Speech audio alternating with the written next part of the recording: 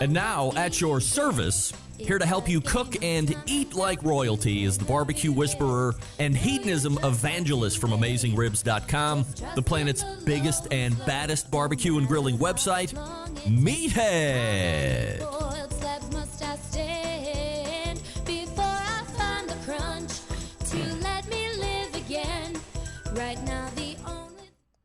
And good evening. Good Lord, it's the end of July. Where has the year gone? Oh dear. But the good news is we are deep in the heart of barbecue and gardening season, and my tummy couldn't be happier.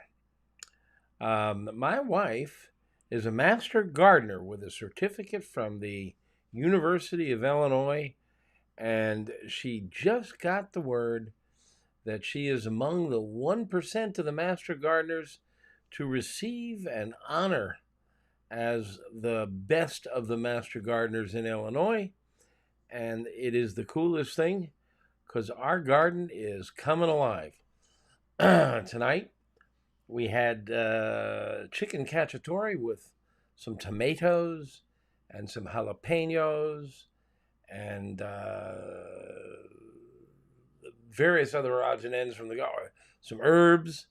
And the next few weeks, I'll tell you, I'll be veg-head, not meathead. I'll be eating a lot of vegetables around here. So, I thought we would talk tonight a bit about vegetables because they are good on the grill. And I have some good ideas about cooking vegetables. Now, one of the things that's got me curious right now is I believe, give me a second to double check, I believe we are broadcasting, and usually there's a good group of people in there, and I don't see anybody now, and I'm wondering if my software is betraying me again. So let's see if we are in fact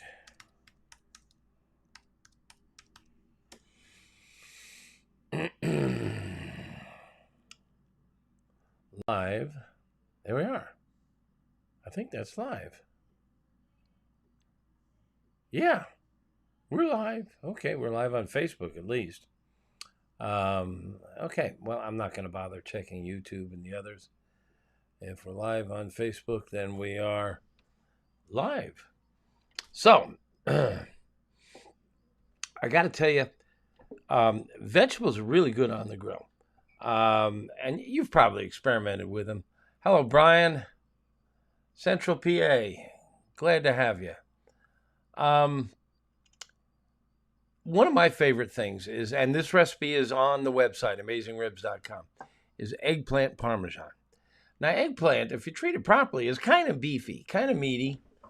If you make eggplant parm at home, indoors, typically you start by breading the eggplant with some breadcrumbs, and then you fry it in maybe an 1/8 inch of oil until the breadcrumbs are crisp and the eggplant gets soft in the center, kind of mushy.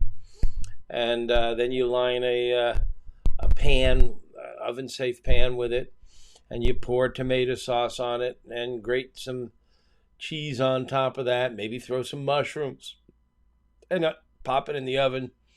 And a few minutes later, you've got really good eggplant parm, restaurant grade. I do it on the grill, and I start by making my own tomato sauce. I start by getting sweet, ripe red tomatoes, preferably Romas or Marzanos or something like that. Split them in half, and I grill them until they get a little char on the surface. Now, normally I warn people about charring meat, but charring vegetables often is a good idea. So I char these tomatoes, and after you get them a little bit on both sides, the skin pops right off. You just pinch and yank, and the skin pops right off. And then just smush them up in a bowl, or if you want to throw them in a blender or a food processor, you can. But that's your tomato sauce. Now you can add some oregano, thyme, basil, and beef it up a bit. But you've got to just grilled tomatoes, fire roasted tomatoes is what you pay for in the store, and they're expensive. They're delicious. So that's the tomato sauce. Then I take the eggplants and I grill them. I slice them about a ½ inch thick. I don't want them too thin, otherwise when they do cook, the center gets really soft and they get mushy and they drip. So about a ½ inch thick, and I grill them until they got some nice grill marks and some dark color on both sides.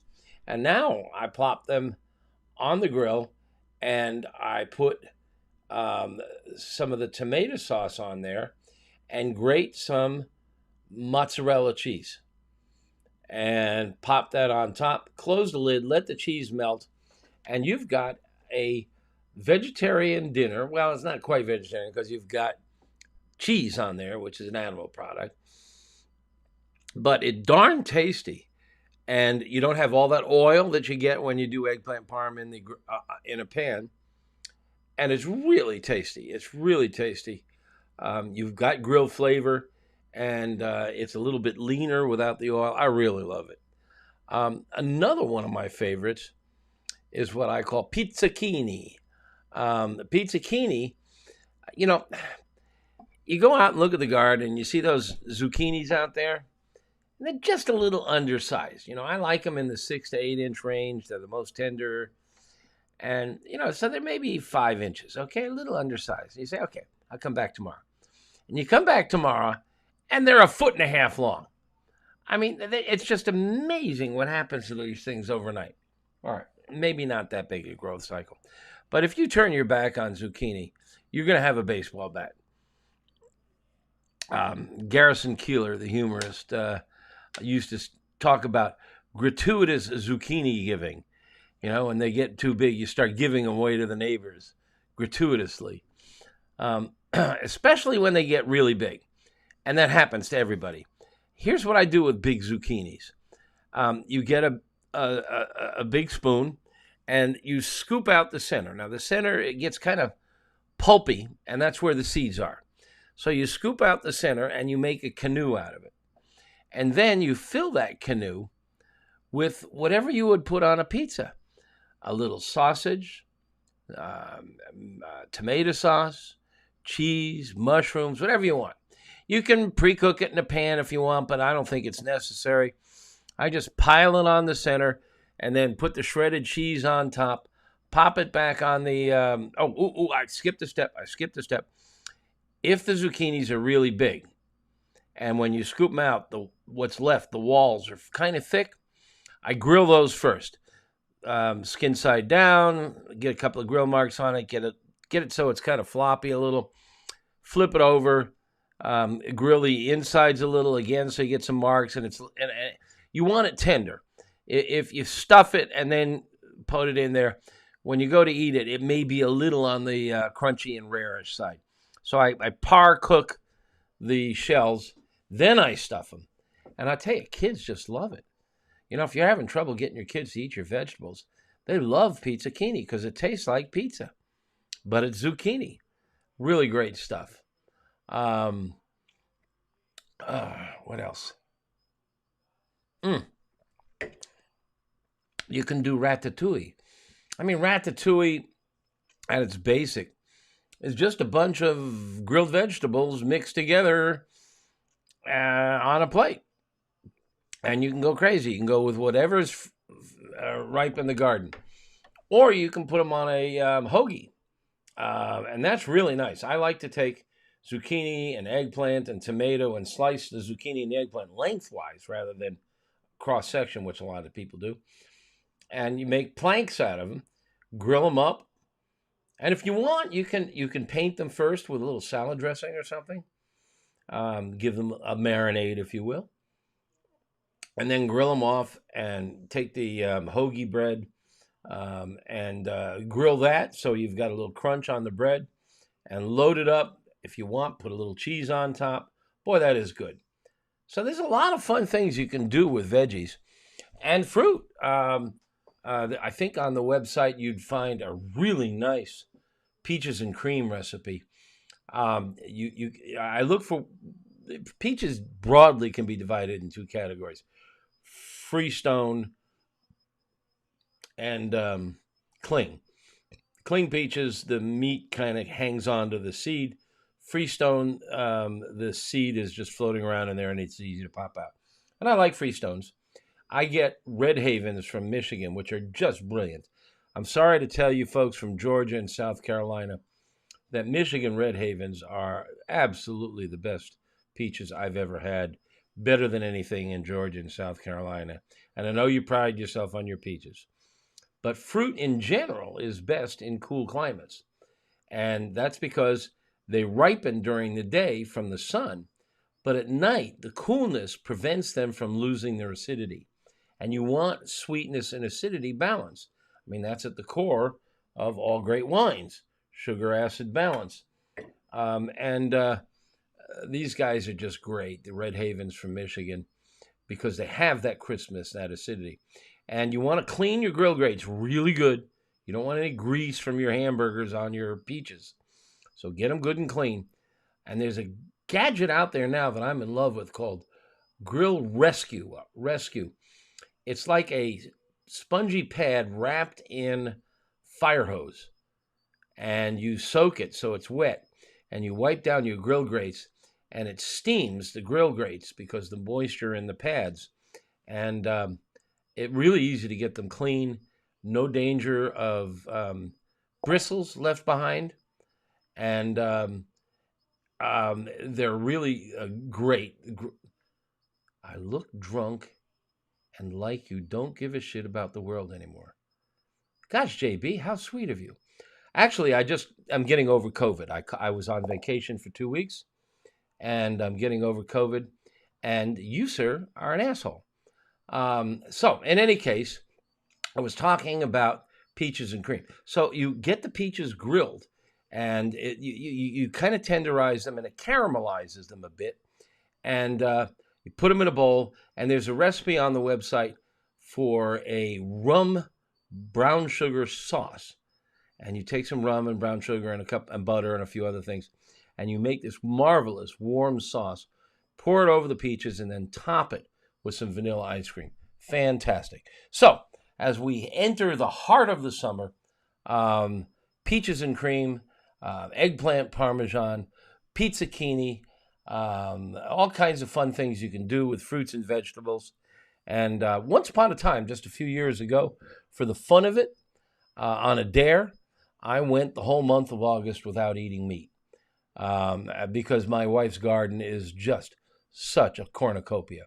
So, for those of you who can and enjoy fruits and vegetables, and you don't have room to grow them yourself, hit the farmer's market and have great fun. Just crossed my stuffed peppers is another good one. So there's all kinds of fun things you can do. Okay, well, the way this thing usually works is I usually start with a 10 or 15 minute little monologue as I just went through. And then I throw it open for questions and answers. So now that I've done my monologue, what can I do for you? Have you got questions? Any topics that you'd like discussed? Any questions? Brian, you got anything?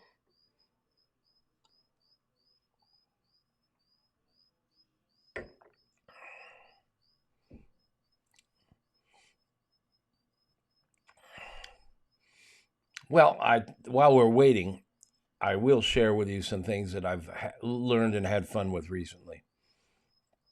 I took the first real vacation I've had in a long time.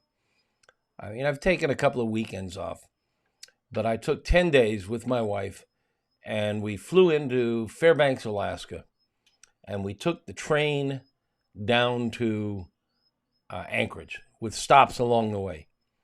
And I got to tell you, what a thrill.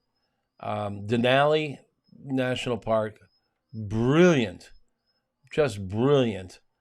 I knew that there was mountains in Alaska. I had no idea that there were that many. And there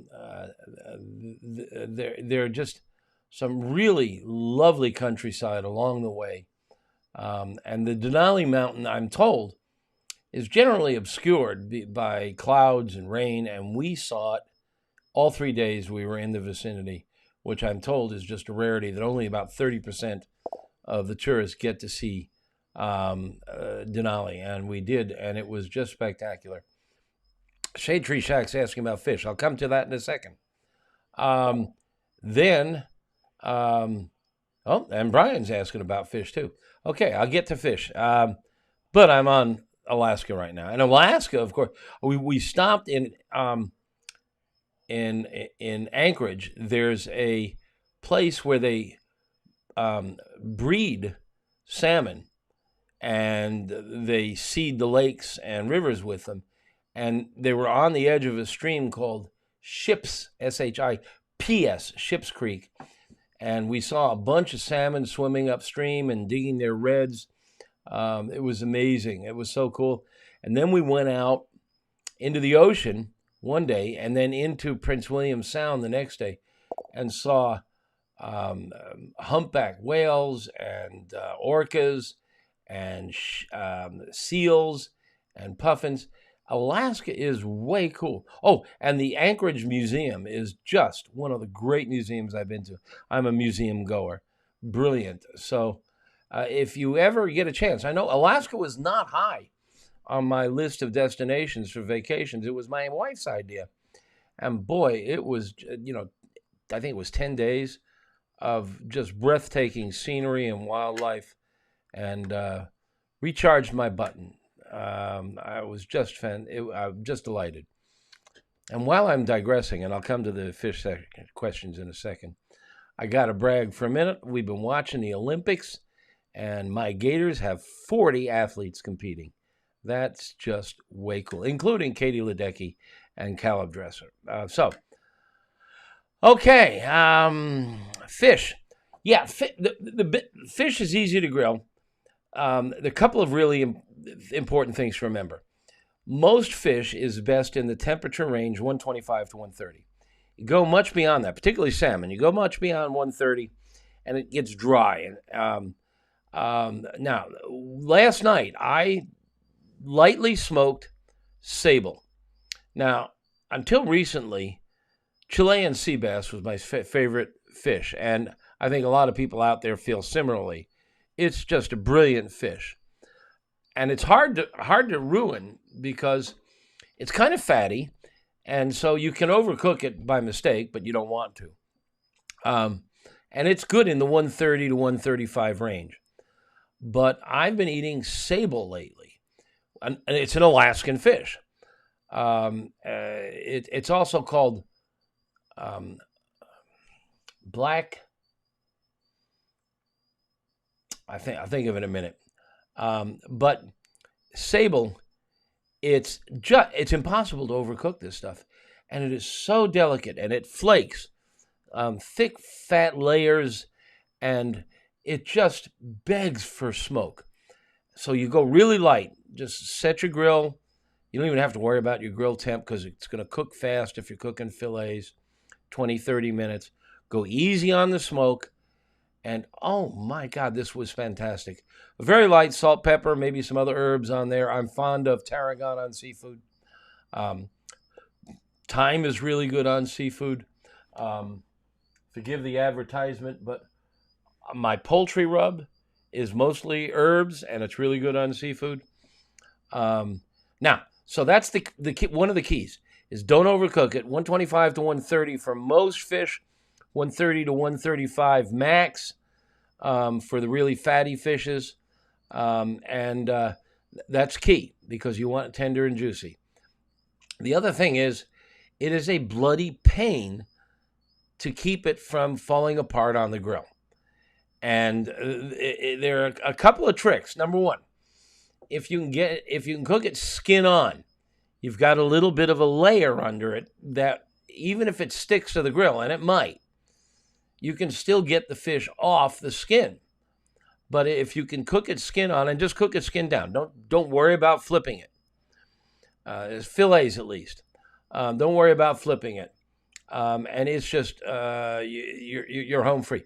Oil the fish, oil the skin, oil the grates, and hopefully you won't get stuck. But they make a gadget. It looks like 2 tennis rackets hinged at the top, and you put the fish in between the 2 tennis rackets, and then you just turn this gizmo so that you don't have to turn the fish, because fish just sticks to your metal grates. It's going to, and if you can avoid it, avoid it. JB, would you do me a favor and go fuck yourself? How do I block somebody? I'm sorry for my language, but I've got a heckler out there. I've never had a heckler. So JB, congratulations. I've been doing this for like 3, 4, 5 years, and you're the first asshole I've encountered. So thank you. I'm sorry, folks, but I'm looking at these comments, and this guy's being a jerk. Brian's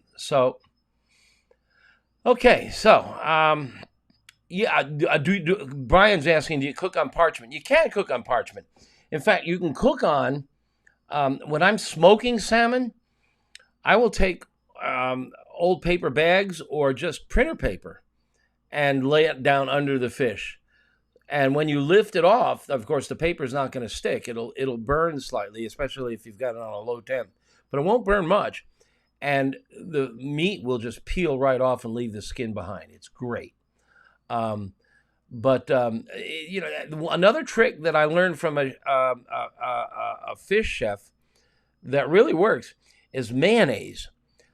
Coat the fish with mayonnaise. Now, mayonnaise is mostly oil, so you're getting a non-stick surface. So coat the fish with mayonnaise, and it doesn't add much to the flavor. It doesn't destroy the flavor. I know there's a lot of folks out there that hate mayonnaise, but just coat the fish with mayonnaise, and that helps prevent it from sticking. There's just something about the protein in fish that loves the metal on the grill grates. So if you can avoid putting in the fish muscle, the fish protein in contact with the grates, you're way ahead of the grain. And yeah, parchment would probably help.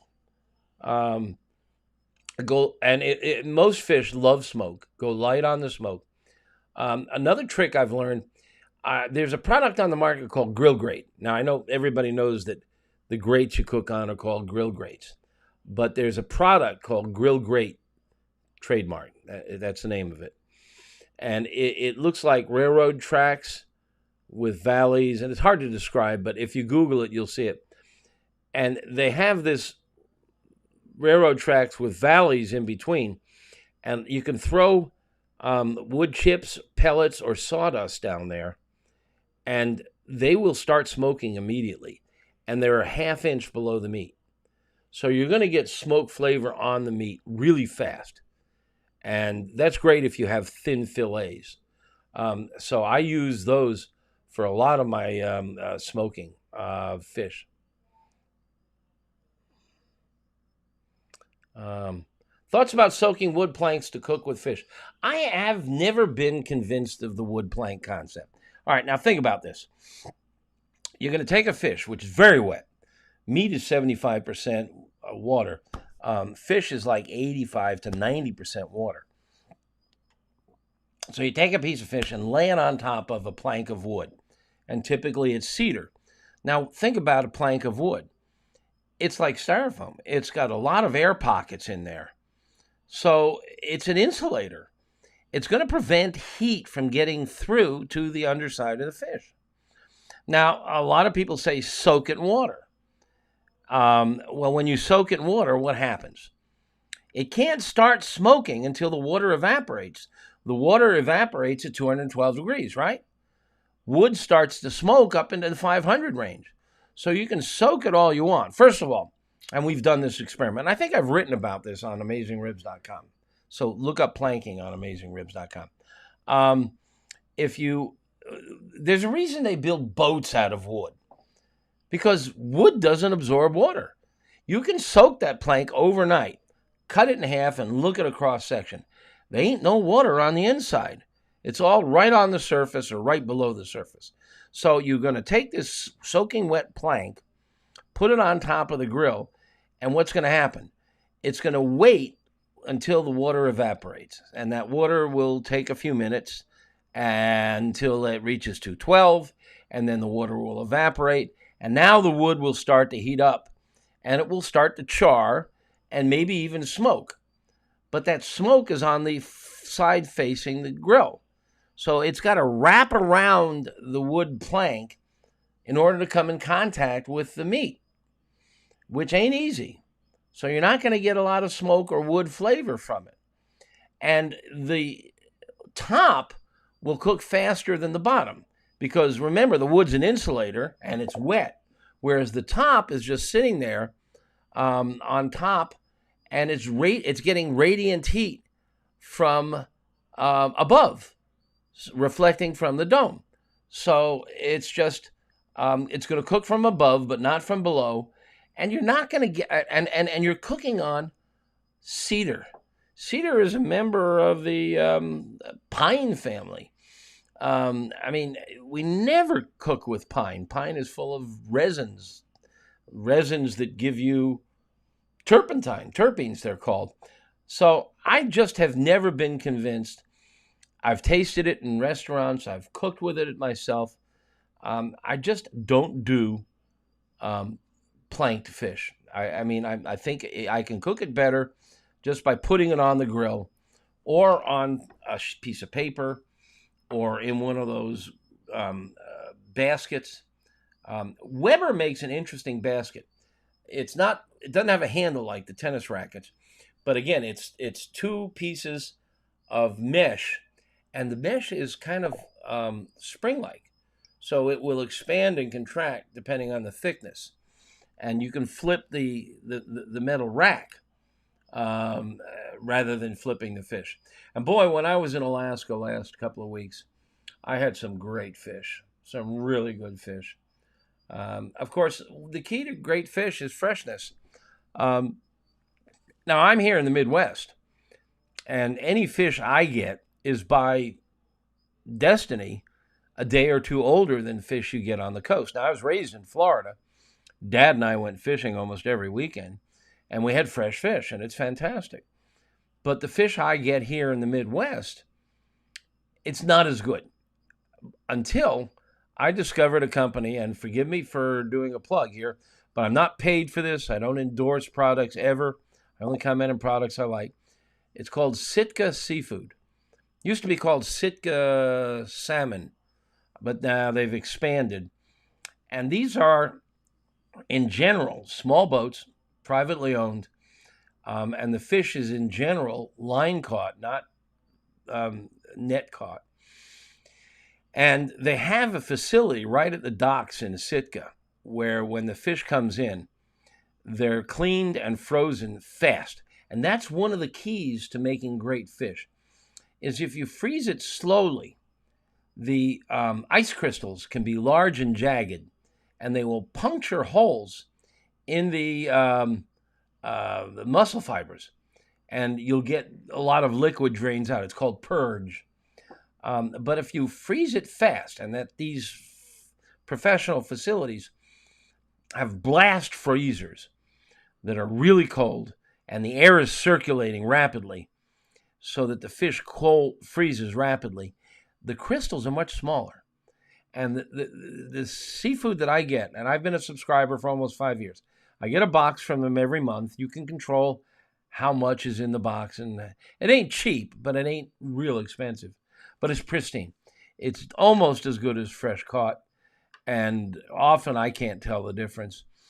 In 4 or 5 years of subscribing, getting 5 pounds or so a month, I've had 1 or 2 at the most fillets that weren't perfect, and that's because the shrink wrap had punctured or had a leak or something, and air got in. But they're shrink wrapped, and they're just they're fantastic. So if you're stuck in the Midwest or you're far from fresh fish, you might look into Sitka Seafood. But if you're on the coast, or you can get your hands, Don't keep the fish around in the fridge for long. It deteriorates rapidly. If you're shopping for fish, a trick is that the best fishmongers put the fish on top of ice. There's no plastic wrap between the fish and the ice. There's no styrofoam, plates or anything between.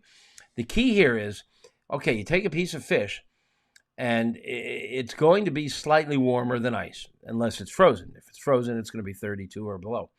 But if it's not frozen, it's going to be 33, 34. And ice is going to be 32 or so. So when you put the fish on top of ice, physically in contact with the ice, it's going to develop a thin layer of really cold water between the fish and the ice. And that's going to help keep the fish moist. So if you can find a fishmonger, a store, where they put the fish in touch with the ice, and a lot of them don't. A lot of them put down plastic wrap, and they put the fish on top of the plastic wrap, which is on top of the ice, and you don't get that thin layer of water. It's good, but it's not as good. And a lot of stores won't do that because ice is expensive. They either have to buy it or they have to make it. And making it means they have to have an expensive ice maker. It's got to run most of the day. They got to get the ice. They got to grind it up and yada, yada, yada.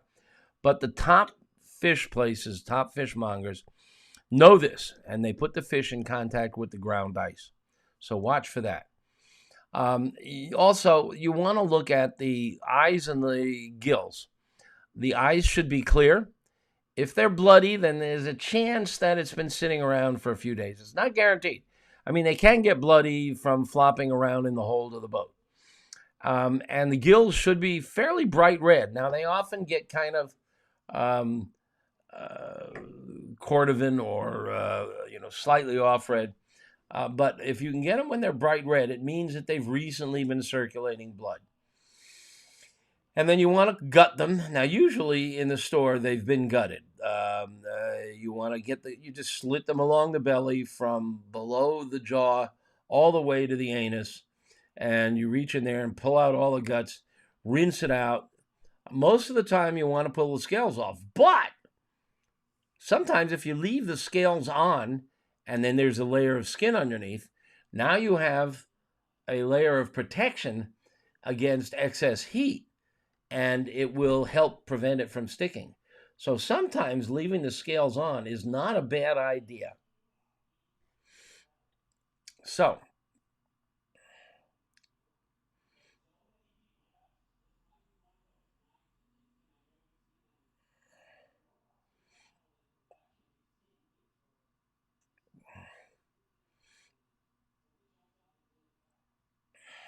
thank you, Matt.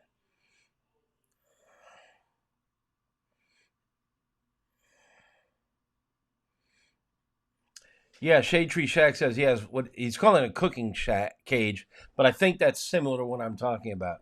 Yeah, they're great. Strongly recommend them for seafood. Oh, okay. I mentioned sea bass. Let's differentiate between Chilean sea bass and sea bass. They're two different species. Sea bass is a very good fish, but Chilean sea bass, or as it is technically called, Patagonian toothfish, is, I think, a brilliant fish. And very expensive, maybe the most expensive fish on the market, more than swordfish, which I love too. You got to really be careful about swordfish and tuna. Tuna is just really easy to overcook. Tuna, you want to get down to the 120 range if you can. I've been saying 125 to 135. But tuna, you just got to, you can't overcook tuna. Otherwise, it tastes like it came out of the can. But Chilean sea bass, I may have that recipe on AmazingRibs.com also. But these fillets run maybe 2 inches thick. And I cook them on those grill grates with the wood chips right underneath them. And they turn golden, and they're gorgeous. The other fish I mentioned was sable. Sable is known as black cod. Again, not to be confused with regular cod. Black cod is an entirely different species, same as sable. It's like, people often confuse pork loin and pork tenderloin. They're two different muscles, and they're very different in texture. There's some technical naming going on here. So Chilean sea bass, different than sea bass, and black cod, different than cod. You know who really made black cod famous is, a Japanese chef, got a restaurant in Vegas. Nobu. If you search for Nobu black cod, you'll find a recipe similar. I've got this in my new book coming out. Next spring it'll be out, but I've got a really close duplication of Nobu's black cod. It's got a little bit of Asian flavor to it. It's fantastic. And it's sable or black cod. A really great fish. It's now my new favorite. And as long as I'm talking about new favorites, I shocked myself the other day. Somebody asked, what's my favorite cut of steak? And I have always answered, it's easy, it's ribeye. And it's an easy answer because ribeye has lots of marbling. It's tender, it's full of flavor. It's the same muscle as strip steak. So, you can say strip steak if you want. Strip tends to be just a little tougher, but not a lot.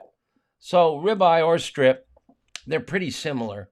It's the same muscle. It runs from the shoulders all the way to the hip. It's a big, long muscle called the longissimus muscle, the long muscle. That's always been my favorite until I ordered some Wagyu flank steak. Now, I've always loved flank steak, not as much as ribeye. I like flank steak because it's got a lot of rich flavor. It's a hard-working muscle. It comes down from the belly area. And, usually at the thick end, it's maybe an inch and a half, and then it tapers off. And one flank steak is enough for maybe 3 or 4 people. For my wife and I'll cook a whole flank steak, and we'll get a meal out of it, and what's left over, we'll make sandwiches the next day. And it's great because you cut it across the grain, maybe 1/4 inch thick, and it's very tasty, but it can be chewy. There's not a lot of marbling in it. I ordered a Wagyu flank steak. Now, Wagyu, you probably know, is a steer that is derived from the Japanese bloodlines, like the Kobe and the others. It's not the same. It's any restaurant that calls it Kobe is probably lying to you. But Wagyu is definitely, if it's real Wagyu, it's heavily marbled. And that marbling, the thin stripes of fat, add a lot of flavor to the meat. And juiciness and tenderness. So I ordered a Wagyu flank steak, and I cook it on top of grapevine cuttings. I have some grapevines on my property, and every year you have to prune them back so that they'll bear fruit. And I save the cuttings because fruit wood is really good wood to cut with. But when you prune them back, you get a whole bunch of sticks and twigs, 6 to 8 inches long, that are the thickness of a pencil. So what I do, now you'll find this on my website. If you Google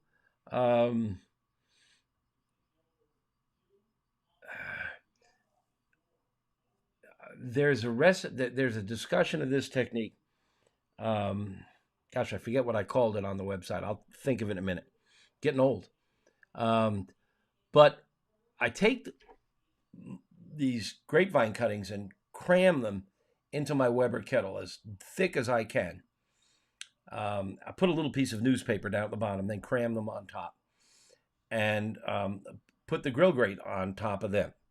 Then I reach underneath with a lighter and light that little bit of newspaper. And this pile of twigs catches on fire in about 2 or 3 minutes. And there's like this 5-foot flame. I mean, it's really impressive to see. And then it rapidly dies down until there's this bed of glowing coals well over 1,000 degrees. And I'll throw the flank steak on that. I do not marinate it. Now, a lot of people like to marinate their flank steaks, but it doesn't need it, especially the Wagyu. And you don't want a wet surface here. You want a dry surface on the meat so you get a good dark crust. And you cook over those glowing coals. So you give it about 4 or 5 minutes for it to burn down from 5. You don't want to cook over a 5-foot flame. And then let it cook down. And maybe takes 5-10 minutes flipping often. And you get this great dark mahogany, sometime a little almost on the edge of black crust. And in the center, it's perfect medium rare. And you want to temp it. Medium rare is 130 to 135. And then slice it against the grain, across the grain, about a 1/4 inch thick. And it's effing unbelievable. I prefer it now to ribeye. So now, Wagyu is expensive, I know, and not everybody tries it. Brad Ledwith is here. Brad is a financial advisor out of California. Anybody looking for a good financial advisor who without conflicts of interest? What's the term again, Brad, for I work for you and not for the companies? Fiduciary. He's a fiduciary. And he's also a great food and drink lover. And he thinks that outside skirt is better than flank. I like outside skirt. And skirt steak, there are 2 cuts of skirt. There's inside skirt and outside skirt, and outside is better than inside, and Brad's right about that. But I don't know that I agree with you that it's better than flank. Take a crack, Brad, because I know you often take tips from me. Get yourself a Wagyu flank and see what you think about it and check back in. And what am I drinking, he asks?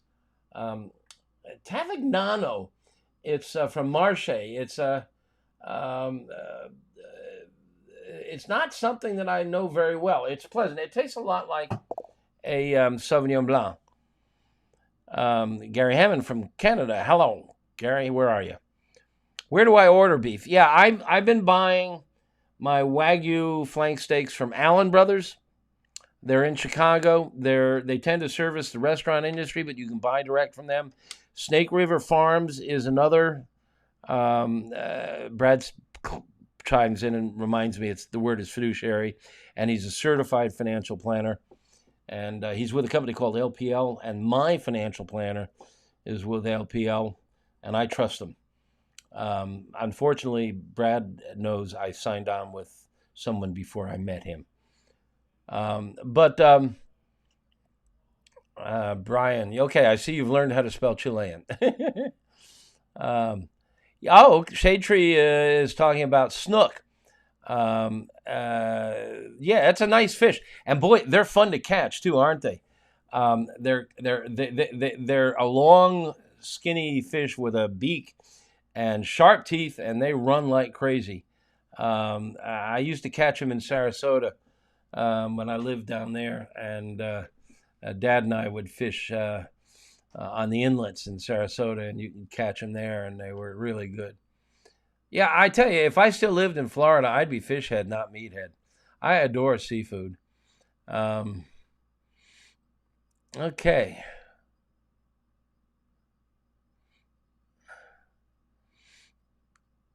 Let's see. I'm looking back through the questions to see if I missed anything. Thank you, people. I've got a lot of nice comments from people. Ottawa. I have never been to Ottawa, and I've poked around Canada. I absolutely adore Toronto. There's a city that has every cuisine known to man because every race and religion and nationality can be found in quantity in Toronto. And I stayed in a B&B in Koreatown the last trip up and ate bibimbap in Koreatown. Boy, that was great. And went down to Chinatown. Their Kensington Market is one of the great food markets I've ever been to. It's right up there with the one in Barcelona. It's a huge indoor market. And there's a steak merchant there selling aged beef that was just incredible. And he took me into the aging locker. Oh, my God. Gary Hammond, smoked your first brisket last week on your Camp Chef pellet smoker. I don't hear you bragging yet. Were you happy with it? Pellet smokers are really good for doing briskets because brisket can be 10, 12 hours or more. And the beauty of pellet smokers are that you set it and forget it. And they're really solid. I've tested the temperature fluctuate because, all right, here's how almost all cookers work. Now, like your indoor oven. Say you set your indoor oven for 225, and I have a GE. It'll go up to 225, but it won't stop. It'll go up to 230, 235, maybe even 240. Then it will turn off and drop down and go past 225 down to 215, 220. Then it'll stop. Then it'll go back up. So you get what they call a sinusoidal wave. It's a wave that averages 225, but it doesn't spend much time at 225. And that's the way an oven typically works. And your pellet smokers work the same way.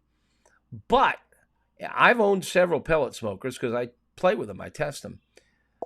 In general, they are the tighter wave, which is to say, instead of going up to, say, 240, they'll go up to, say, 230 and down to 220.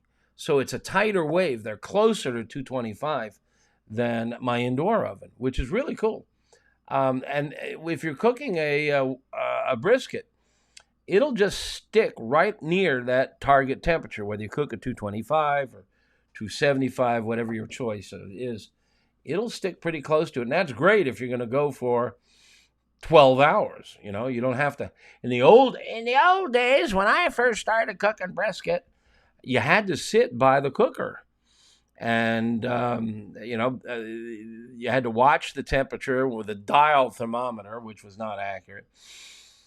And you were constantly feeding it logs and opening vents and the chimney. And it was just, it was arduous. But now these pellet smokers are fantastic. They have great flavor. It's not as strong a flavor as when you cook with logs, but it's a good flavor. And I hope it turned out well for you, and I hope you do many more. And experiment. Play with different temperatures, play with different rubs, play with wrapping them and unwrapping them at different temperatures.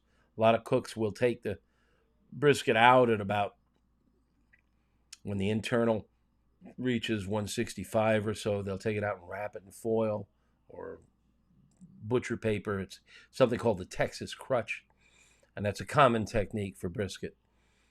So have some fun. And if you run into a snag, drop into AmazingRibs.com, look at my techniques and recipes, and leave a question. Either I will answer it directly, or I've got a team of moderators whom I pay. These are just not volunteers. They're paid. They're smart, they're knowledgeable, and they're helpful, and we get to your questions rapidly. Oh, I got to stick in a commercial. You may have heard me say we have a membership portion of the website. There's 2,000 free pages, 2,000 recipes, technique, science, product reviews. I mean, we have a full-time grill tester, grill and smoker tester. We have a full-time thermometer, not full-time. He's a dedicated thermometer, electrical engineer, does thermometer testing. We have a portion of the website called the Pitmaster Club, which is membership, $35 a month. No, a year. What am I saying? $35 a year. It's really great. And we just last month added 120 broadcast quality instructional videos from top pitmasters, Tuffy Stone, Harry Sue. I mean, you name them, they're in there. Because we bought a website called Barbecue Stars. Barbecue Stars launched in 2019, and they charged $2.99 to view these videos, and they were gorgeous. I was among the Barbecue Stars, and they were just done beautifully, gorgeous interviews with us, and it just never sold. It was $2.99, and we bought the website, including all the videos, and we're bundling them for free with the Pitmaster Club. $35, which is the price it's been for years, and you get these videos with it, and they're fantastic. If you're not a member, go take a 30-day free trial and see all the cool stuff you get. Among other things, we block ads from you. So go check out the Pitmaster Club and learn a little bit about the Barbecue Stars videos. Okay. You rested it for 16 hours at 170 in your kitchen oven wrap. Wow. That's a lot longer than I do and than I've heard of most people doing. I don't know whether that's a good idea or not.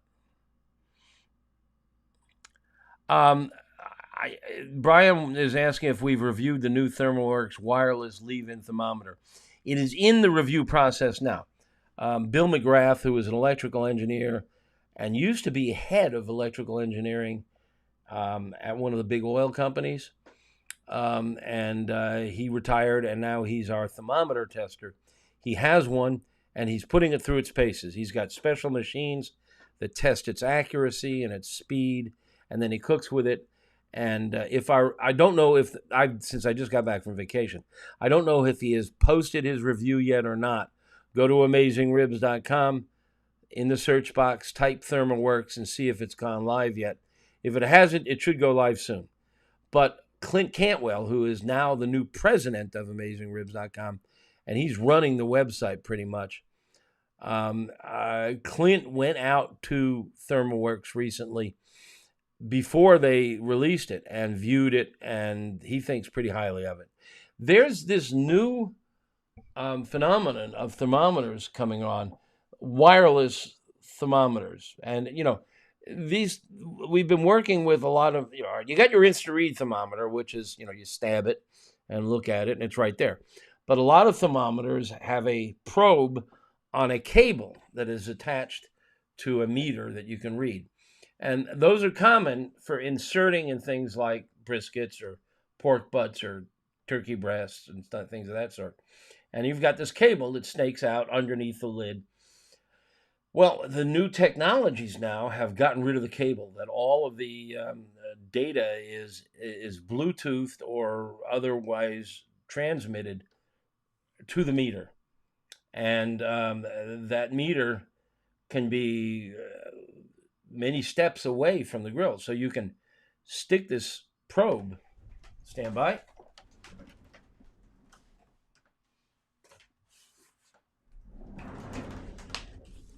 This is one called the Meter, M-E-A-T-E-R. It was the first one. And here is the probe. Nope, there we go. And so it's a little thick. They're getting skinnier. And they were the first. And the black portion, or the tip of the black portion, reads the ambient air temperature around the meat. Now, that's a bit of a pitfall, and I'll explain that in a minute. But in any case, they were the first, and they're now owned by Traeger, and you can buy them direct from Traeger or bundled with a Traeger grill. But there are others, and ThermalWorks is just introduced one.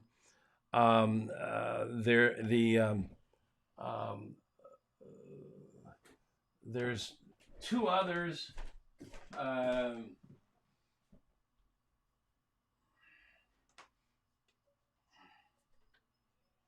Stand by. I haven't abandoned you.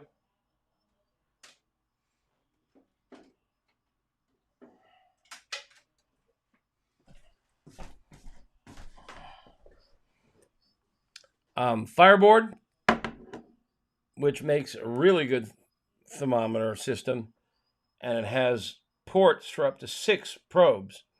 They are coming out with a wireless, and I don't know if it's come out yet, but any day now. And Tapacu also has one.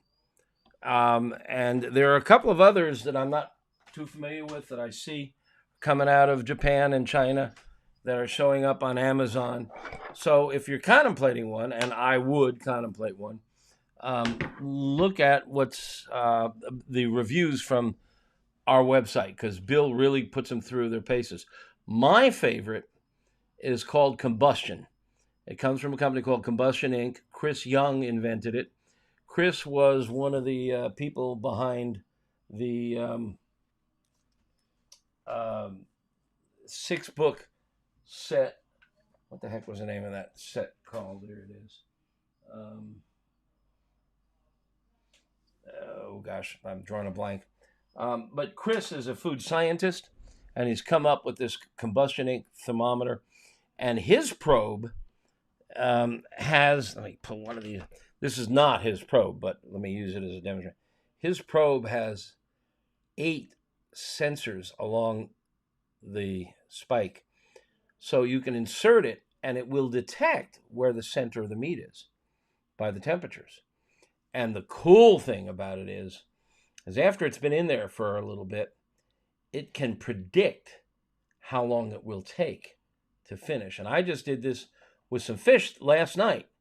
I did some sable last night, and it told me I was shooting for 1:30, and it told me 5 minutes, and it was right on the money. Right on the money. It knew exactly when it would be done, and it gave me a countdown. Now, many of these probes have an ambient temperature. You insert this into the meat like that, and it's got this tip sticking out here that they claim is giving you air temperature, ambient air temperature. I have not found them to be accurate. And that's because, and it's really simple explanation, there is a boundary layer. So if you are using, say you pull a brisket out of the fridge and you stick one of these probes in it. The brisket's coming out of the fridge and it's 38 degrees, which is what it should be. And you don't want to let it sit around at room temperature because bacteria love that. Plus, cold meat attracts smoke better than warm meat. So you want to go straight to your smoker, but there is a bubble of air around that meat. It's called the boundary layer. And that boundary layer is colder than the rest of the air around it. And that's the secret to the ovens that have a fan in them. And when you turn on that fan, it blows away that cold air layer and speeds up the cooking.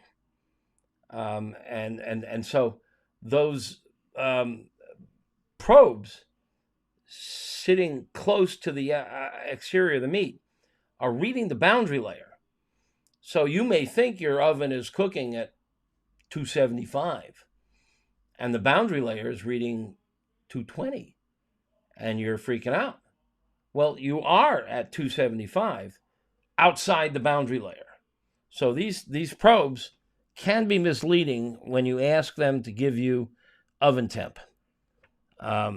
So that's a word of caution. Now, I think they're working on this because they know that's a flaw. Brian Wolf saying that the Pitmaster Club is worth the money. He sent a coworker a gift membership and he's loving it. Thank you, Brian. Okay. And these new videos are just excellent. Excellent. I mean, Tuffy and Harry and these guys just really know their stuff. So, and I mentioned the ovens with the fan. They're called convection ovens. And they're convection ovens because the air is blowing around. Gary is saying it was excellent, a little overcooked.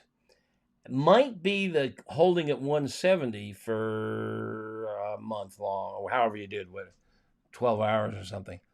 Most cooks will wrap and hold and in a beer cooler or what they call a Cambro, but it's basically an insulated box. And let the temperature drop down into the 150 range. When it gets down around there, they pull it. And that's usually 2, 3, 4 hours at the most. 16 hours at 170. That may be why it was overcooked.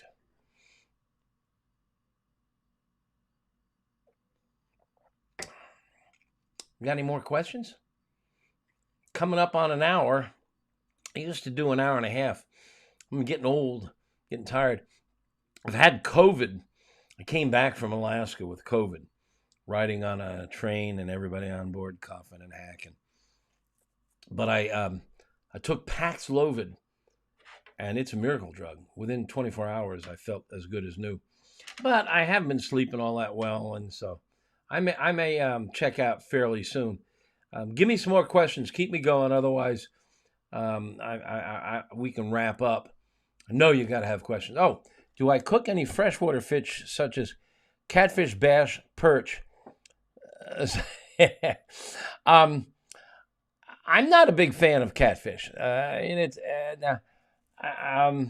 but I have cooked tilapia, and gosh, I think the first big bass I ever caught, I was in Ithaca, New York, and it was a good 5-pounder, and it jumped 4 or 5 times, and it was a thrill.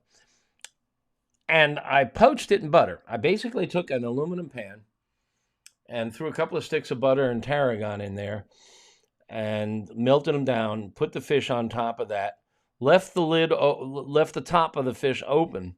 So it was kind of like planking, only I was using aluminum instead of wood. I threw wood onto the coals, so the smoke wrapped around and made contact with the upper surface.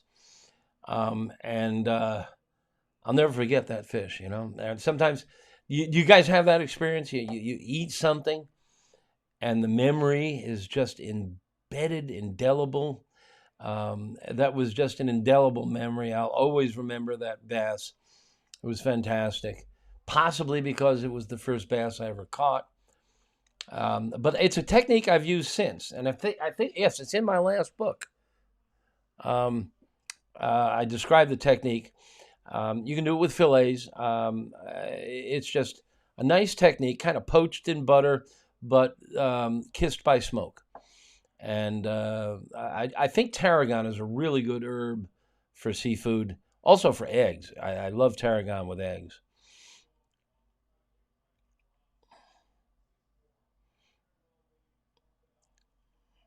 Oh, Steve's asking for the name of the temperature, the thermometer with the countdown. It's called Combustion Inc. That's the company, Combustion. So if you Google Combustion, it ain't cheap, but it's the best thermometer I have, wireless, and I love it. I use it a lot. It's fantastic, and it's right as rain. It doesn't have the greatest range, which is to say you put the spike in the fish, and maybe the range is 20 feet, but it has boosters. It comes with little boosters that boost the range, and I'm still fiddling with that. Combustion Inc. And Chris Young, the inventor, has some great videos because he's a food scientist, and he has some great videos about food science and cooking and temperature with food. And he is the first serious chef I have encountered to side with me that there is no need to rest meat. I'm not going to get into that because it's a lengthy argument and discussion. And I know my hero, Anthony Bourdain, and every chef who's ever put on whites says you have to rest your meat when it comes off the grill or out of the oven. And I have maintained, and I've written about it. So go to my website and read the article on resting. And I have a link to the video he did on it. And I've been preaching this for years, and nobody has agreed with me. And everybody has called me nuts. And now Chris has come out, the food scientist, and said, yeah, Meathead's right. So maybe things will start to swing my way eventually. Because this is often, it was happened with reverse sear. I was telling people, don't sear the meat first, sear the meat at the end. And nobody listened. Everybody thought I was nuts. Professor Blonder, who consults with me, and I were the first to explain the stall. And I remember I went into one of the message boards, and they told me I was an effing idiot. Now, of course, everybody agrees the stall is due to evaporative cooling. Eventually the world comes around to me. So the combustion device, it ain't cheap. In fact, Steve, if you're poking around and looking at it, I'd be curious to remember, probably in the $200 range. It's expensive, but it's really good. And I just think he came out with a software update. So I highly recommend it. But that world is getting very competitive. I mean, Fireboard is coming out with a wireless, so is ThermalWorks. And then there are other companies that I don't know in that game. So, okay. Hit me, guys. I think I've hit the bottom of the list of questions. Covered a lot of territory. If you didn't get here for the beginning, we talked about cooking vegetables. And I won't repeat myself, but I have a really nice eggplant parmesan recipe on the website, AmazingRibs.com, that doesn't involve frying in tons of oil, so the eggplant isn't saturated with oil. And it does involve using fire-roasted tomatoes. Wonderful recipe. Zucchini pizza, or pizzucchini, I call it. Zucchini stuffed with all the goodies in a pizza, and kids love it. So fun stuff you can do with vegetables this time of year. Thank you, Brian. Some kind words from Brian and others. Had a blower fan that can be controlled. The combustion doesn't have a blower option, and I don't know if the ThermalWorks does. I haven't touched it yet. My team has gotten it ahead of me. But the Fireboard, I believe, does have a blower option. So, yeah. Mag just showed up with some kind words about the book. Thank you. Okay, well, I'm going to thank you very much for your attention. And I really shouldn't use COVID as an excuse because I feel pretty good right now. I'm just tired. Getting to be an old man. So an hour of talking is about my limit. But thanks for listening. Thanks for coming. And thanks for some good questions. And have a good vegetable season. We'll be back the last Wednesday of August, and I hope to hear that you've been cooking your vegetables to go with your meat and having a great summer. Good night, everybody, and thanks a lot.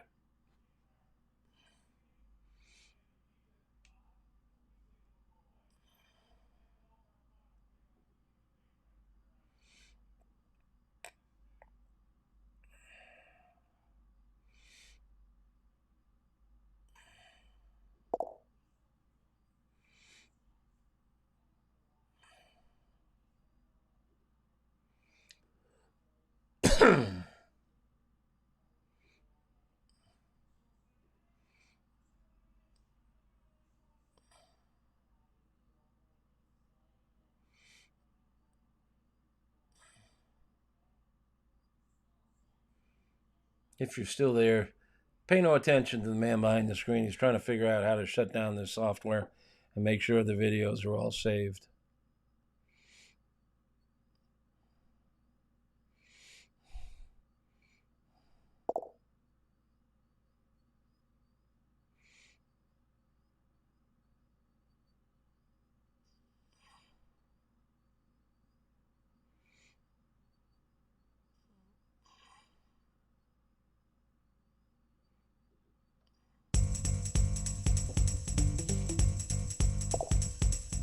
That's all for now, folks. Thanks for staying awake, and please visit AmazingRibs.com for the articles, recipes, and reviews mentioned in this chat with the Barbecue Whisperer and Hedonism Evangelist from AmazingRibs.com, the planet's biggest and baddest barbecue and grilling website, Meathead.